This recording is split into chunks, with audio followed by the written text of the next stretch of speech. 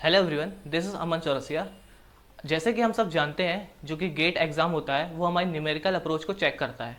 और जब हम गेट एग्ज़ाम को अपीयर करते हैं तो हमको वहाँ पे वर्चुअल कैलकुलेटर दिया जाता है। और जब हम घर पे गेट एग्ज़ाम की जब प्रिपरेशन करते हैं तब हम रियल कैलकुलेटर का यूज़ करते हैं। और रियल कैलकुलेटर जो ऑपरेशन रहते हैं, फंक्शन रहते हैं, वो वर्चुअल कैलकुलेटर से बहुत ही अलग और डिफरेंट रहते हैं। इस वीडियो में हम बात करेंगे जो गेट वर्चुअल कैलकुलेटर है उसको हम कैसे इफेक्टिवली यूज करें, उसकी प्रैक्टिस करें। क्योंकि जब हम एग्जाम में अपियर होंगे तो वो हमारे लिए हेल्पफुल रहे और वहां पे हम पैनिक ना करें। चलिए अब हम चलते हैं कंप्यूटर स्क्रीन पे जहां पे मैं आपको ऑपरेशंस वर्चुअल कैलकुलेटर के बताता हूँ। चलिए तो हम बात करते हैं सबसे पहले ट्रिग्नोमेट्रिक ऑपरेशन की, जिसमें साइन, कॉस, टेन एक्सेट्रा ये सब आते हैं। जब हम रियल कैलकुलेटर में साइन 30 निकालते हैं तो पहले हम साइन को प्रेस करते हैं, दबाते हैं, फिर 30। बट वर्चुअल में उल्टा है, पहले हमको 30 को दबाना है, लिखना है, फिर साइन 30 एंड देन साइन, तो हमारा आंसर आ जाएगा। फिर क्लियर स्क्रीन, ये सी जो है वो क्लियर स्क्रीन के लिए है। फिर जैसे कि हमारा है cos 65, तो पहले हम 65 लेंगे, फिर cos दबाएंगे, तो हमारा आंसर आ जाएगा। फिर हम क्लियर स्क्रीन करेंगे। अब जैसे कि आप लोग को पता है कि साइन, cos और tan बस है ये कैलकुलेटर में, और जो कि cot, cosec ये नहीं है। जैसे हमको cot 30 निकालना है तो उसके लिए पहले हमको tan 30 को निकालना पड़ेगा, फिर हम उसमें इन्वर्स कर देंगे तो वो हमारा cot 30 के इक्वल हो जाएगा। चलिए देखते हैं। जैसे tan 30 के लिए हमने 30 लिया, फिर tan, हमारा जो आंसर आया उसको हम इनवर्स ले लेंगे, तो वो जो आंसर आएगा हमारा cot 30 का, जो कि एक्चुअली हमें चाहिए था। अब हमारा दूसरा ऑपरेशन है लॉगरिथमिक एंड एक्सपोनेंशियल। इसमें log, ln and e to the power ये सब आते हैं। अब हम देखेंगे पहला log 100, तो इसके लिए पहले हम 100 दबाएंगे, फिर log, फिर हमारा आंसर आ जाएगा, फिर क्लियर। फिर अब हमारा है log x बेस 2, इसके लिए ये वाला जो फंक्शन है ये, तो अब हमको चाहिए है log 32, तो log 32 के लिए पहले 32, फिर log ये वाला फंक्शन, और हमारा आंसर आ जाएगा। अब अगला जो है वो है log x बेस y, मतलब इसमें हम x की वैल्यू भी देंगे और जो बेस हम लेंगे वो भी हम खुद ही देंगे। तो इसके लिए पहले जो हमारा क्वेश्चन है 10, तो पहले 10, फिर log ये फंक्शन, और जो हमको बेस देना है, जैसे कि मैंने 5 लिया है तो मैं 5 देता हूँ, तो फिर हम इक्वल टू दबाएंगे तो हमारा आंसर आएगा ये 1.4 समथिंग। Then clear screen. अब बात करते हैं अगला ln नेचुरल लॉग। इसके लिए 10, फिर नेचुरल लॉग का जो है ln, ये हमारा आंसर आ गया, फिर क्लियर। अब आखिरी जो है हमारा e to the power x, इसके लिए पहले जो x की वैल्यू है 10 वो लेंगे, और फिर जो e to the power x का ये जो फंक्शन है ये दबाएंगे और हमारा आंसर आ जाएगा। अब अगला जो हमारा ऑपरेशन है वो है स्क्वायर, क्यूब एंड रूट्स ये सब। तो इसके लिए जैसे आप देखिए पहले एक्स स्क्वायर, इस फंक्शन को हम कैसे यूज करेंगे। इसके लिए हम देखिए पहले जो हमने एग्जांपल लिया 5, तो 5 और फिर ये एक्स स्क्वायर वाला फंक्शन ये, तो हमारा आंसर आ गया, फिर क्लियर। फिर क्यूब वाले के लिए वैसे ही, जैसे 4 क्यूब, तो 4 हमने प्रेस किया, फिर क्यूब वाला फंक्शन और हमारा आंसर आ गया, फिर क्लियर। फिर अगला जो है हमारा x to the power y, इसमें जो एक्स है वेरिएबल वो भी हम देंगे और जो उसकी पावर है वो भी हम ही देंगे। तो जैसे कि मैंने लिया है 10 टू दी पावर 2.5, तो हम पहले 10 लेंगे, फिर ये फंक्शन, और फिर जो पावर है 2.5, और फिर इक्वल्स टू, तो हमारा आंसर आ गया। अब इसी के लिए मैंने एक और लिया है जिससे आपको अच्छे समझ में आए। जैसे कि पावर यदि फ्रैक्शन में रहती है तो उसको हम कैसे लेंगे। जैसे कि यहाँ पे 2 की पावर 2/3, तो पहले हम 2 लेंगे जो x है, और फिर ये फंक्शन, और फिर ब्रैकेट में हमको लिखना पड़ेगा 2/3। तो अब आपको समझ में आएगा कि ब्रैकेट का क्या यूज होता है। फिर इक्वल्स टू, तो ये जो आंसर आया हमारा 2 की पावर 2/3 का। फिर नेक्स्ट है हमारा रूट्स, तो जैसे मैं लेता हूँ 100, ये जो रूट है ये आपको इस साइड मिलेगा, बाकी जो फंक्शन है ये सारे इस तरफ रहते हैं, ये रूट, हमारा आंसर आ गया, फिर क्लियर। फिर मैं नेक्स्ट लूंगा क्यूब रूट, ये 27, फिर ये क्यूब रूट ये फंक्शन, तो हमारा आंसर आ गया 3, फिर क्लियर स्क्रीन।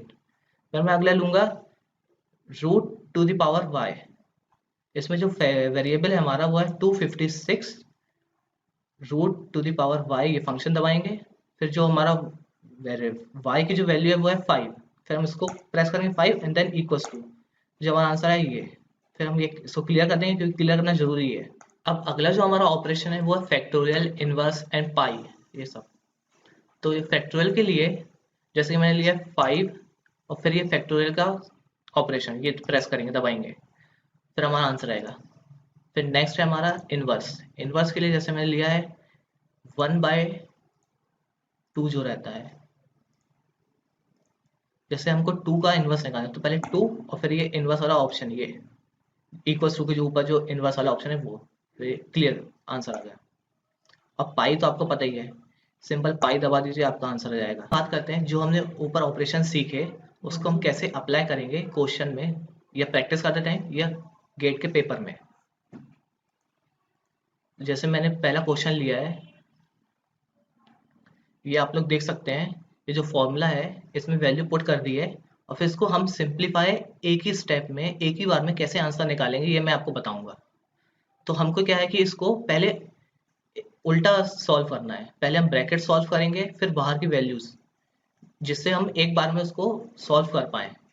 तो चलिए मैं आपको बताता हूँ। जैसे यहाँ पे है 0.1 का स्क्वायर, तो पहले हम लेंगे 0.1 का स्क्वायर और फिर उसको डिवाइड किया 24 से और 1.1 से, तो पहले हम डिवाइड कर देते हैं उसको 24 से, फिर हमारा इक्वल टू दबाएंगे, ये आंसर आ गया। फिर हम इसको डिवाइड कर देंगे 1.1 से और फिर इक्वल्स टू दबाना आपको हर बार जरूरी है, नहीं तो वो वैल्यू लेगा नहीं, जो एक्चुअल आंसर आपका आना चाहिए वो आएगा नहीं।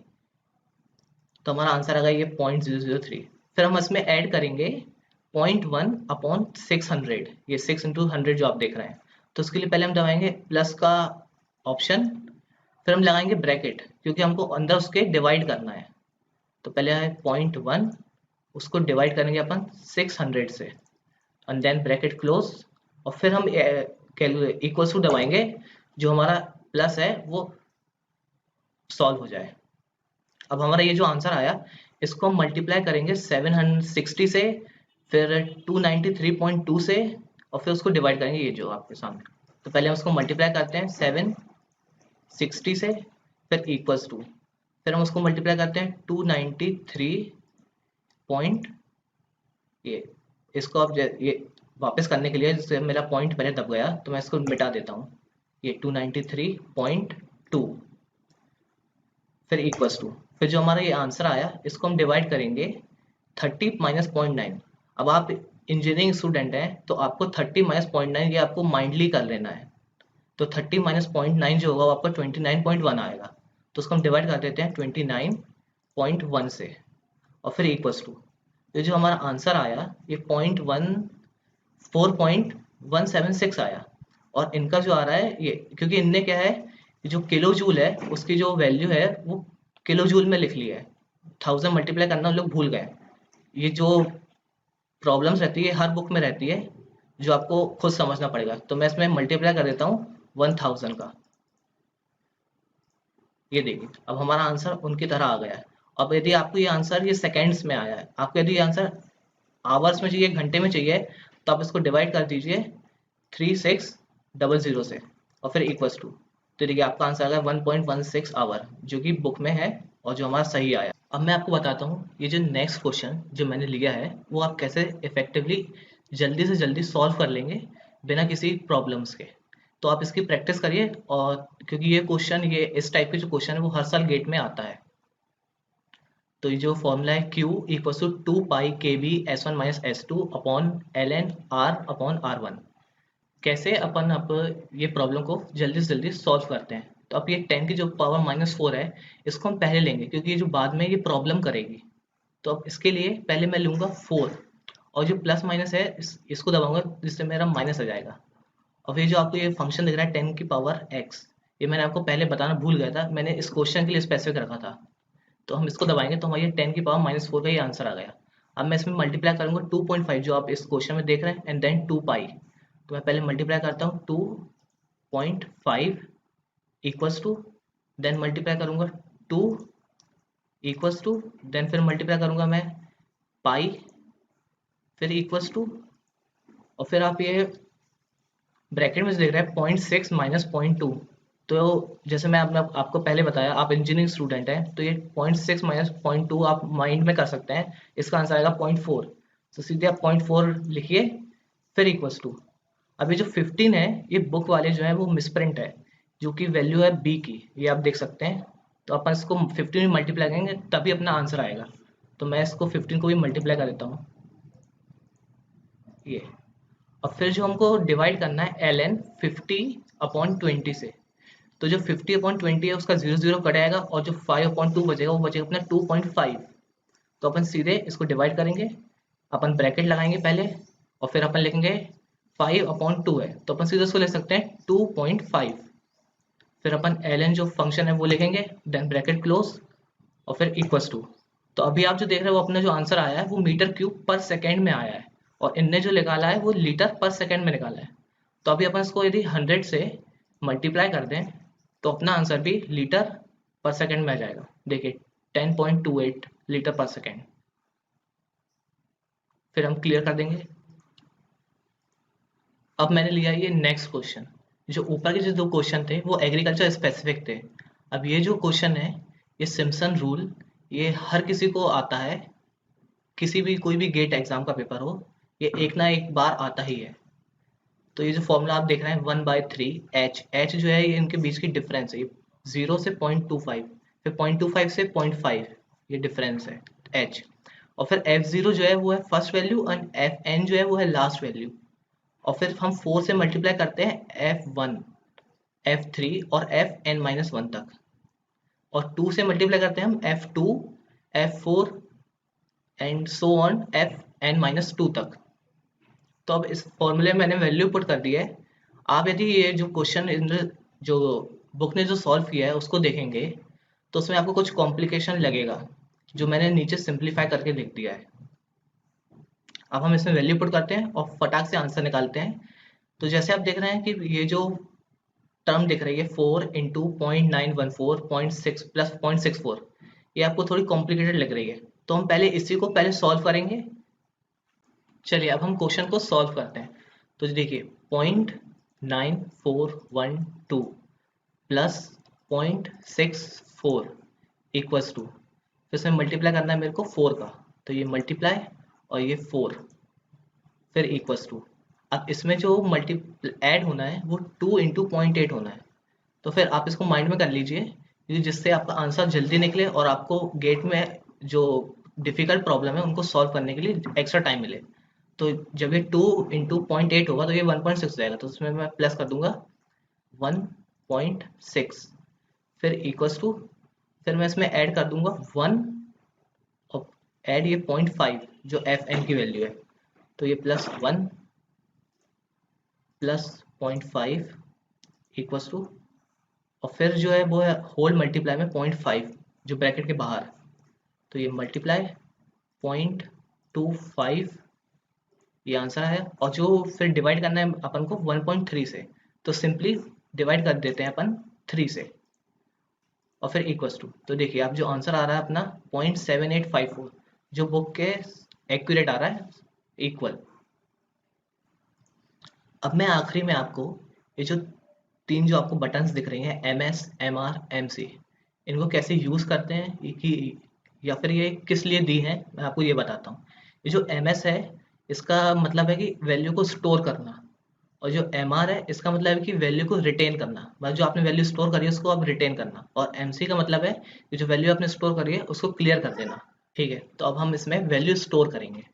जैसे कि मैं आपको एक एग्जांपल देता हूँ। अब हमको 5 kg को कन्वर्ट करना है न्यूटन्स में, तो उसमें जो अपन को पहले 5 फिर मल्टीप्लाई 9.81 इतना सब लिखना पड़ता है, फिर हमारा आंसर आता है।